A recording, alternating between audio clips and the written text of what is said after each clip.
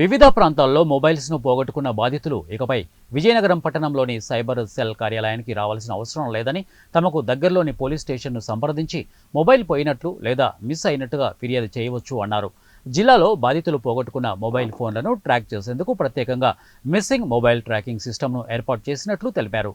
ఈ విధానంతో మొబైల్ పోగొట్టుకున్న వ్యక్తులు విజయనగరం పట్టణంలోని సైబర్ సెల్ కార్యాలయానికి రావాల్సిన అవసరం లేదన్నారు.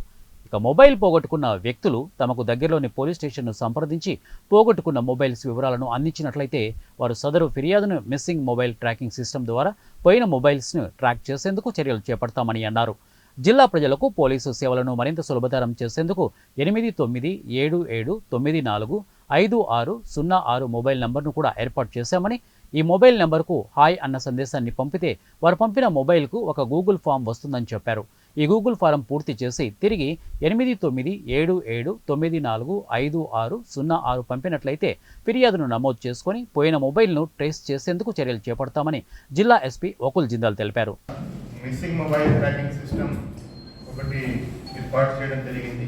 మిస్సింగ్ మొబైల్ ట్రాకింగ్ సిస్టంలో ఎవరైనా ఏమైనా మొబైల్ పోగొట్టుకుంటే, ఏమైనా థెఫ్ట్ అయితే లేకపోతే మిస్ అయితే ఆ మిస్సింగ్ మొబైల్ ట్రాకింగ్ సిస్టంలో కంప్లైంట్ లాంచ్ చేస్తే కొన్ని నెలల్లో ఈ మొబైల్ ట్రాక్ చేసి మీకు ప్రజలకు ఇవ్వడం జరుగుతుంది.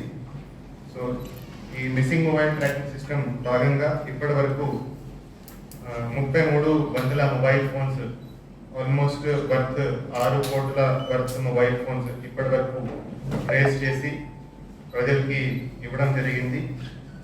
అదే క్రమంలో లాస్ట్ 3-4 మంత్స్లో 264 మొబైల్ ఫోన్స్ వర్త్ 42 lakhs ఈరోజు ట్రేస్ చేసి ప్రజలకి అప్పగించడం జరుగుతుంది.